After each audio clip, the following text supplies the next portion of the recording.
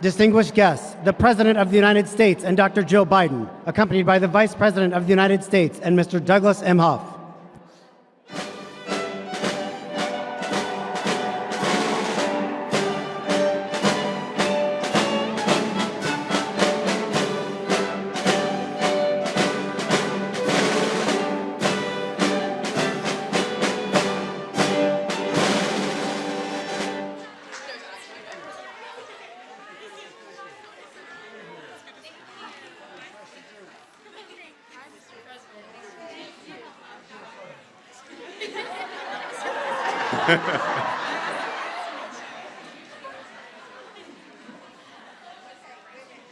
I'll wait. I'm ready. Okay, we ready? Good evening, everyone. Mr. President, First Lady Dr. Biden, thank you so much for hosting all of us here at the White House.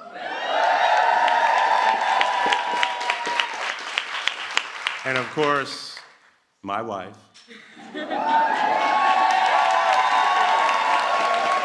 Vice President Kamala Harris is here. The first woman vice president. All right, we know this is a celebration, and we're here to celebrate Women's History Month to highlight the accomplishments of women all across our nation, to pay tribute to the trailblazers who paved the way for future generations. But it's also our time to reaffirm our commitment to advancing rights and opportunities for women and girls, not only here in the United States, but all around the world.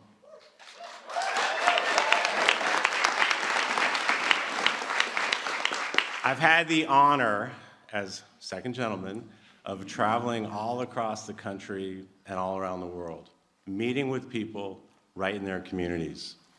And throughout my travels, I've spoken to women who have shared their stories with me. The mom who had to return to work just 6 days after giving birth. The woman who was paid less than her male colleague for doing the exact same job. And a woman who's, I know, it's not good. I know. A woman whose water broke prematurely and was denied due care due to a state's abortion ban. And it wasn't until she developed sepsis, an infection that almost killed her, that the hospital finally treated her. But I also hear some great stories. I hear about how this amazing Biden-Harris administration is ensuring that women have equal access to opportunities. And how this administration is protecting fundamental rights. And let's be clear, these aren't just women's issues. These are issues that impact everyone. And we know, because we travel all over the world, that when the United States leads, the world follows. So at this moment in history, I know that our nation and our world are in very good hands because we have a president, a first lady, and a vice president who are leading this fight with all of you.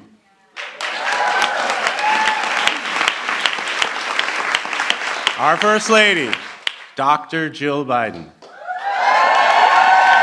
There's more. I don't have to say anything else. We're just going to cheer, but I will. She's traveled all around this country and all around the world, including recently to Mexico and Africa, reminding young women and girls that anything is possible. And over these past 2+ years, I've seen firsthand how she has advocated for women, families, and our veterans. She's empowered young women to pursue their dreams, to fulfill their potential, and achieve their educational goals. So please join me in welcoming my dear friend, our amazing First Lady, Dr. Jill Biden.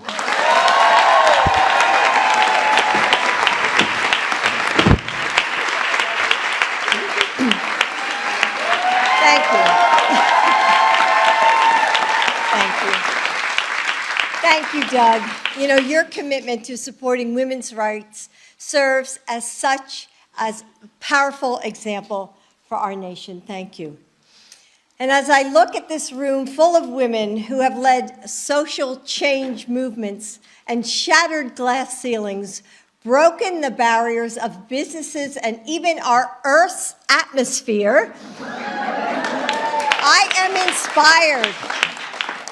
This audience is a testament to how high women can rise, a testament to the progress we can make when we invest in women and believe in them, when we work together to tear down the barriers that hold so many back. And we must keep going, not just for ourselves, but for the girls who will inherit our world.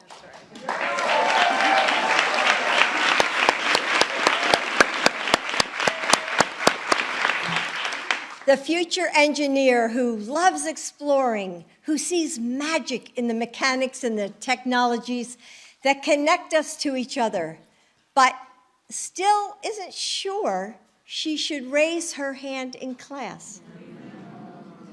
See, they all know.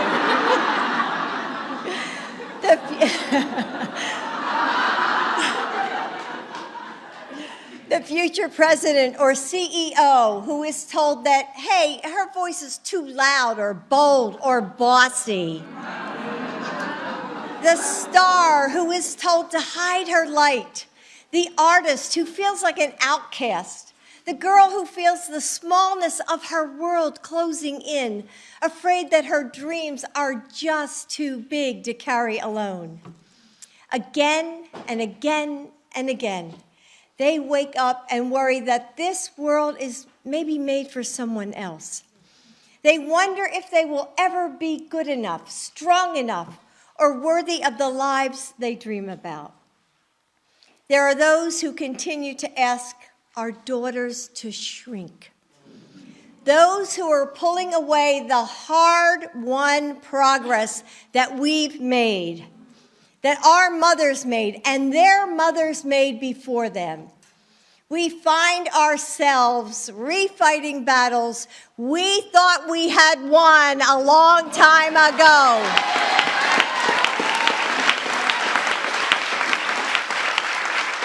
Equality, justice, freedom for all, these are the flames we must feed with our voices and our vigilance. Because the fight for women's equality should have an end.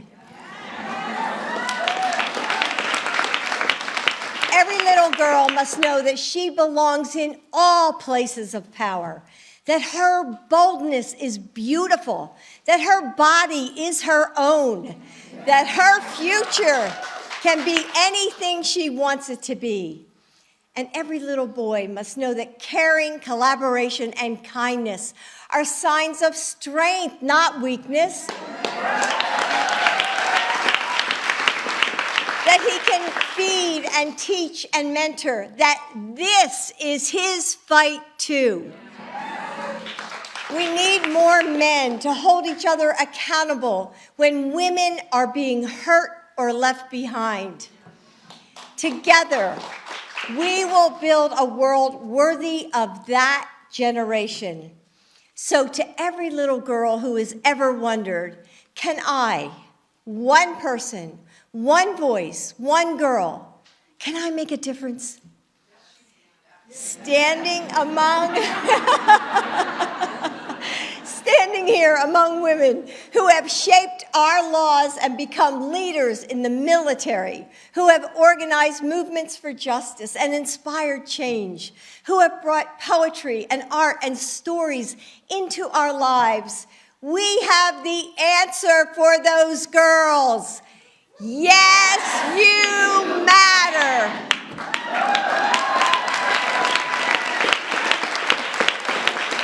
Yes, you can make a difference. Yes, you too can write our history and change our country. Today, as we celebrate Women's History Month, let us celebrate you and all women who with sweat and sacrifice have shaped this country we call home. Let us draw strength from those who came before and share that strength, that sisterhood that surround us. Let our voices be the chorus that calls the next generation forward, that kindles their courage and cheers them on to carve a path of their own. Let us work with clarity and persistence, with hope in our hearts, to continue building the world that our daughters and all children deserve. Thank you.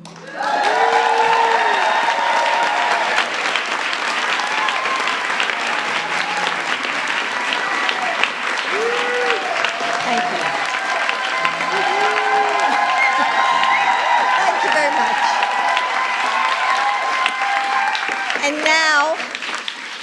And now it is my pleasure to introduce Vice President Kamala Harris. The first woman to hold her office, but certainly not the last. Kamala, your strength is an inspiration to women and girls across our country. Thank you for helping to build a world where our girls can not only strive, but lead and thrive. Kamala.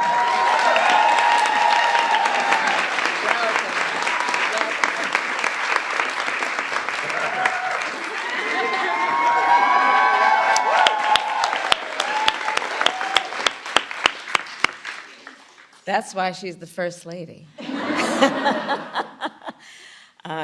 Dr. Jill Biden, I want to thank you for that extraordinary speech and for the introduction and the friendship. You have been, I see, and Doug and I see the President and Dr. Biden when the cameras are here and when the cameras aren't. And I will speak of the First Lady to say she is tireless. She is a full-time educator, and she travels around the world, literally, representing our country and upholding the values that we hold dear for the world to see. And I thank you for that and your friendship. Thank you so very much, and for that introduction. Thank you. And thank you also to President Biden. You can judge a strong man when he has strong women around him.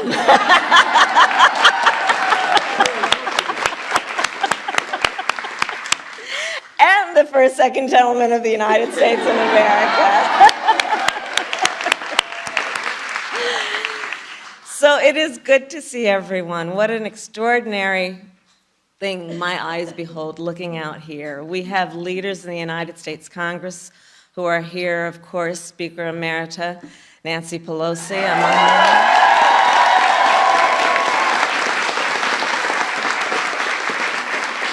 But so many leaders who are here, and among these, the young leaders who are on the stage behind me. A lot to applaud. A lot to applaud. So during Women's History Month, we celebrate and we honor the women who made history throughout history, who saw what could be unburdened by what had been. We see the suffragists, the riveters, the marchers, the mothers and sisters and aunts and grandmothers and daughters, all the giants upon whose broad shoulders we stand. For generations, women have continued to make incredible progress in the classroom, in the workplace, in the halls of government. And we are all here, evidence of that progress. And we know our fight is far from over. Like many of you, I have spent the majority of my career fighting to uplift the condition of women and girls in our country, to fight for their health, their safety, and well-being. And therefore, I know from experience that there are many factors that impact a woman's ability to survive and thrive in America. And one of those factors is the economic empowerment of women. I don't need to tell anybody here. When we improve the economic status of women, we improve the economic status of families, communities, and our entire nation benefits. When women are economically empowered, communities are healthier because, of course, for example, families can afford medical care for a young child or an aging parent.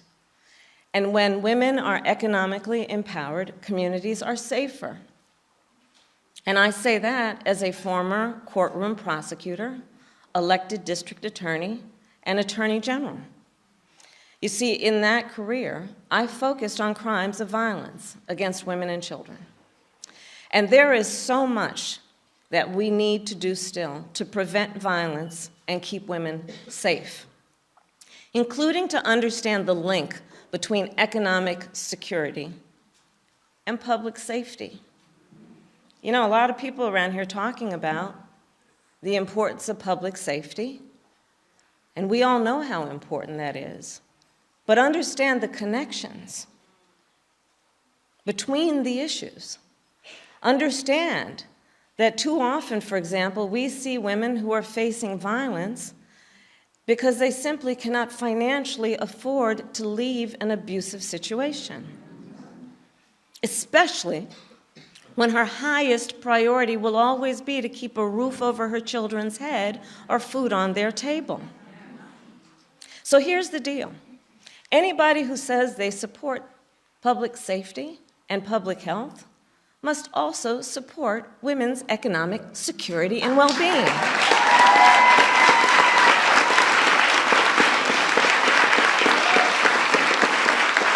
And must necessarily, if they say they stand for those priorities, stand with President Biden and me when we continue, with your help, to fight for things like affordable child care for all parents. When we fight for good jobs with paid family and medical leave. When we fight for pay equity and access to capital for all people, including for women entrepreneurs and small business owners. These are the connections that one must see and make if they truly believe in contributing to the strength, the well-being, and the safety of all Americans.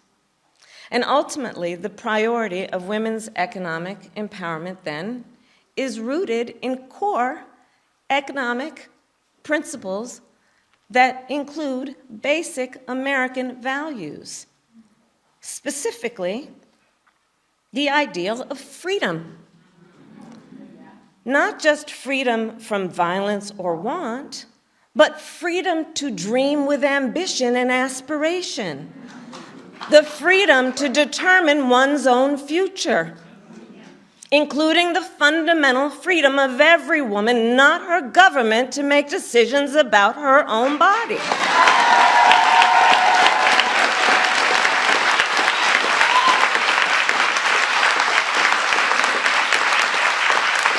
All these issues are connected.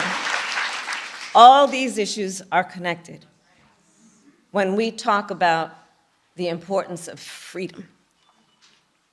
So I'll conclude with this. You all have heard many times me talk about my mother. My niece is here, my mother's granddaughter. And my mother, your grandma, had many sayings, and often she would say to me, Kamala, you may be the first to do many things, but make sure you are not the last.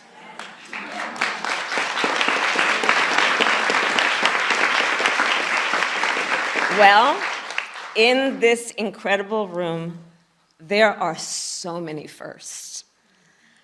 Far too many to name, and I see so many of you. And that, as we know, is our charge then. As the First Lady said, we will make sure that none of us are the last, and that will be a measure of our legacy and this moment which is to keep the path open and ensure that we make it bigger and wider for all those who follow. And no one fights harder to build a better future for our nation and to lift up women and girls around our country and to secure their basic rights and freedoms than our president, the President of the United States of America, Joe Biden.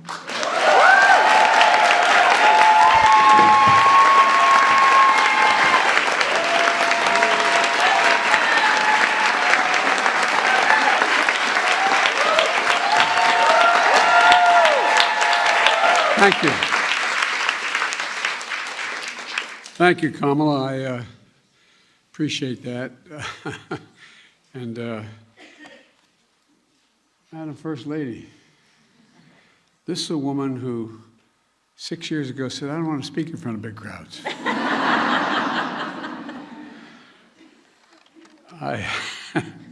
You know, our outstanding Vice President, you've shattered so many barriers and did it mostly on your own.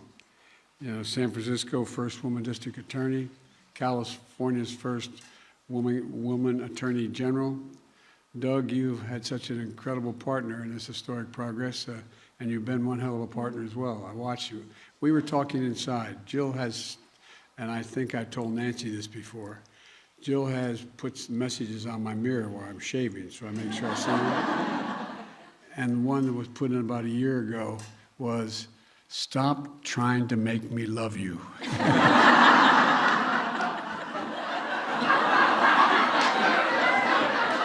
What the hell? I'm still trying like hell. We were really talking about that. I want to welcome over 30 members of the United States Congress, senators, and House members. Raise your hand.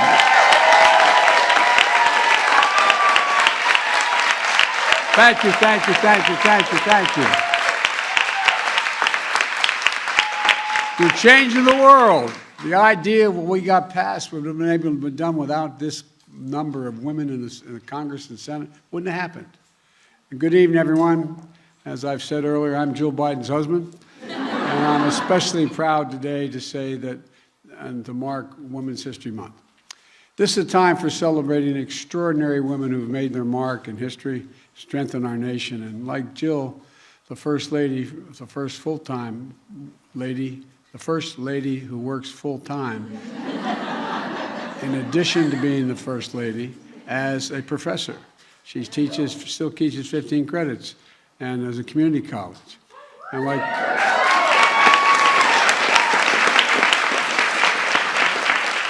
Kamala, and the record number of women serving in the first gender equality cabinet in American history. You know, we represent a rich diversity in our nation, and like Nancy Pelosi, I think, by the way, I've said this before, she's the greatest speaker the House has ever had. And I mean it.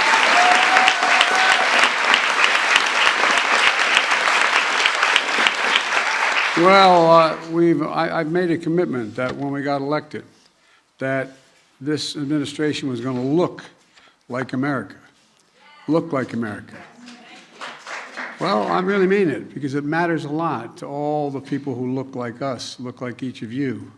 I've appointed more black women to the federal court and circuit courts than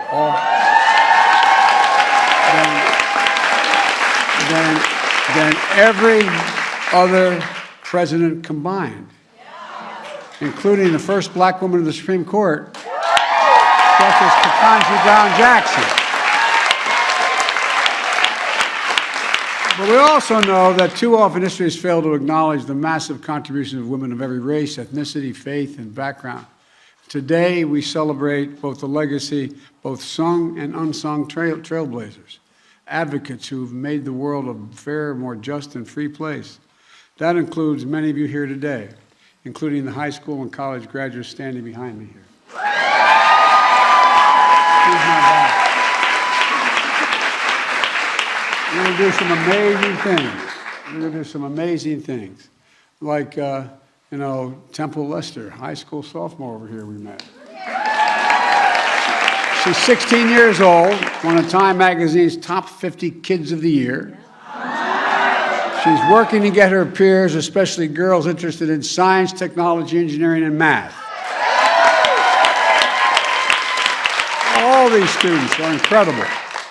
And earlier this month, on International Women's Day, Jill hosted the International Women of Courage Award to honor fearless women fighting all around the world for justice, often in incredibly dangerous situations.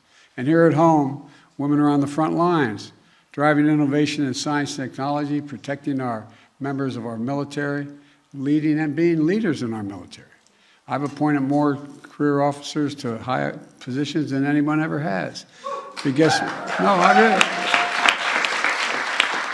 Leading every field in healthcare, business, diplomacy, so much more. Look, we have to do everything we can to knock down the barriers that stand in the way of all women and girls have an opportunity to be their realize all their God-given potential. You know, the country founded on freedom and equality, nothing is more fundamental than that. Nothing. That's why my administration put equality of women and girls at the heart of everything we do.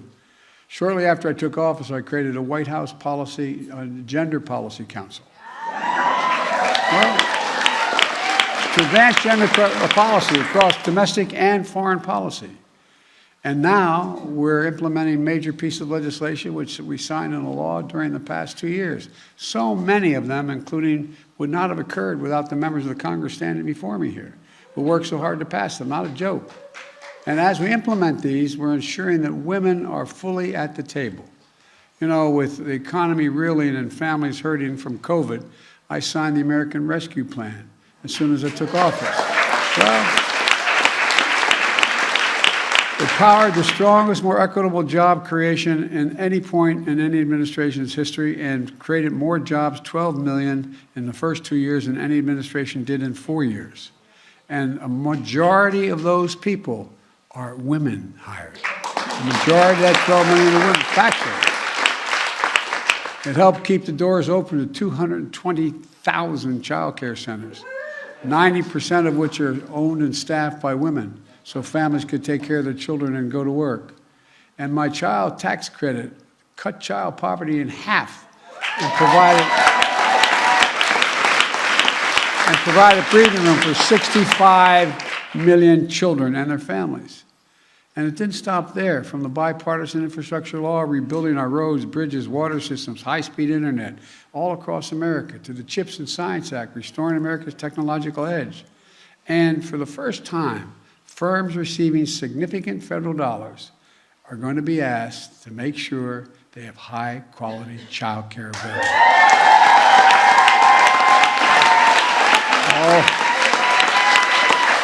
We're going to ask very politely, but we're insisting. And we're going to get, and so women can get and keep these good jobs. The Inflation Reduction Act, the country's biggest investment in climate ever, actually anywhere in history. And across all of these laws, we're making sure that women have access to new jobs in sectors that have been historically underrepresented, from manufacturing to construction to clean energy. I've said I was going to be the most pro-union president in American history. Guess what? I'm insisting that they significantly increase the number of women in unions across America. And they're doing it. They're doing it. Look, y'all are more than 50%. Y'all are more than 50% of the population. If we want the strongest economy in the world, we can't have half the workforce left behind. It's simple. It's that simple. And that's why I signed legislation requiring employers to make reasonable accommodations in workplaces for pregnant women and nursing moms so they can keep their jobs in place. That's why we launched the Blueprint for Mental Health to combat the crisis of maternity mortality and overwhelming impacts on Black and Native women and rural communities. That's why we made historic investments to make child care more affordable for families. All this matters. It matters. And, you know, while we commit to women's economic security, we have to ensure their physical security as well. Ending violence against women has been, as some of you have been, none of you have been around as long as I have, but it's really been the cause of my life. You know, I literally, as my sister would say, I wrote the Violence Against Women Act with my own paw. Because we have to not only change the law, but change the culture around the scourge of domestic violence in America. And as president, I helped so many advocates. There's so many of you in this room who have strengthened and reauthorized that legislation. You know, we have brought our total investment to $700 million in 2023 alone, just for violence against women. That's the highest funding increase of the law in nearly 30 years. Improves training for law enforcement, including online abuse and harassment. Reduces the backlog of rape kits. Expands legal and housing assistance to victims. Improves protection for the underserved communities, including Black, Latina, Brown, and Asian American, Native Americans, Pacific Islanders, LGBTQ survivors. And we stood up against the scourge of anti-Asian hate that has festered in this country for too long, and the violence that disproportionately impacts on Asian American women. You know, but this builds on other steps you've taken and we've taken, like the most significant gun safety law in 30 years to help keep guns out of the hands of domestic political advisors. But we still have to ban assault weapons again.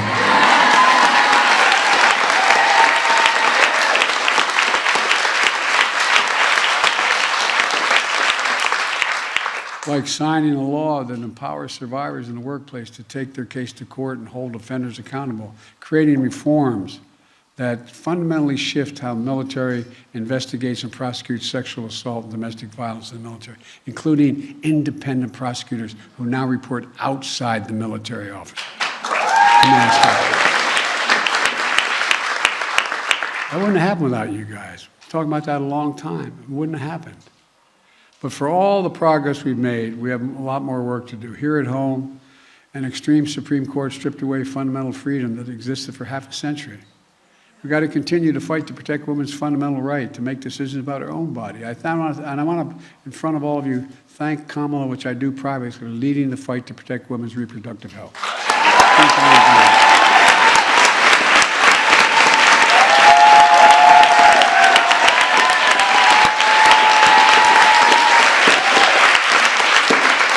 And as I said in the State of the Union, we got to finish the job. By investing in child and elder care, by passing national programs of paid family leave and medical leave. No Americans have to choose between a paycheck and taking care of their loved one, taking care of themselves. We have to stand together on the rising tide of hateful laws targeting transgender women and girls. And that's why I continue to call on Congress, pass the Bipartisan Equality Act. Pass it now. And look, we have to stand up for women worldwide. You know, I issued a presidential memorandum on conflict-related sexual violence, as rape continues to be used as a weapon of war in Ukraine by the Russians and elsewhere. We stand with women of Iran and Afghanistan who are facing down violence and domestic, and their basic human rights are being ripped. The budget I laid out 2 weeks ago includes more than $3 billion, a record amount to advance gender equality globally, not just at home.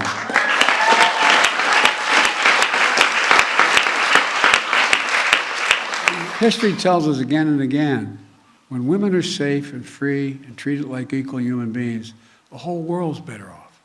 The whole world, it's just a fact. We don't even talk about it, but it's true. I'm going to close with this. If you go downstairs, you'll see a display of the great Shirley Chisholm, who I knew and served with.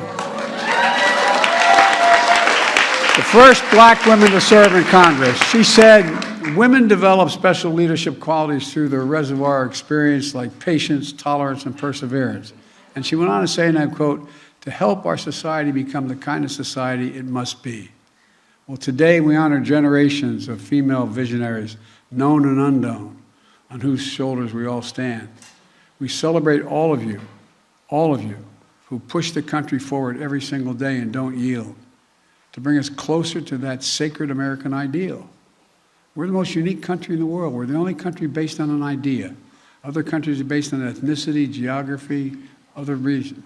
But we We are based on one notion. We haven't fully lived up to it. We've never abandoned it. We hold these truths to be self-evident, that all men and women are created equal, endowed by their Creator with certain inalienable rights. That's the basis upon which we exist as a country. And look, and we have to recommit to the work ahead, deliver a better future for our nation's daughters. Until they know that in America there is no limit to how high their dreams and talents can carry them. Until society becomes what it must be, worthy of the abilities and ambitions of all of our women and girls. Until then, we're never going to be who we should be. On behalf of a grateful nation, thank you for the courage and service and all the sacrifice you've all exercised. And I really mean it. I look out here and I see a lot of the women members of Congress that I've come to know over the years and campaigned with and for. They won in spite of the fact the community campaigned for them. But all kidding aside, I mean, you know, I wish people understood just what you've all gone through. This all is so much of the humiliation you've had to face, and you still stood up. I've watched you do it. I've watched you do it. So, folks, I'm convinced we're at an inflection point in history. I really mean it. I think that what we do over the next 2, 3, 4, 5 years is going to set the tone for the country, and I would argue the world, for the next 4 or 5 decades. It comes along every 4 or 5 generations. But because of you, we're reaching a critical mass here. And I really, really am thankful that my daughter is a social worker, guess what, building domestic violence shelters for women. She's it's contagious what we can do. So thank you, thank you, thank you. And happy Women's History Month.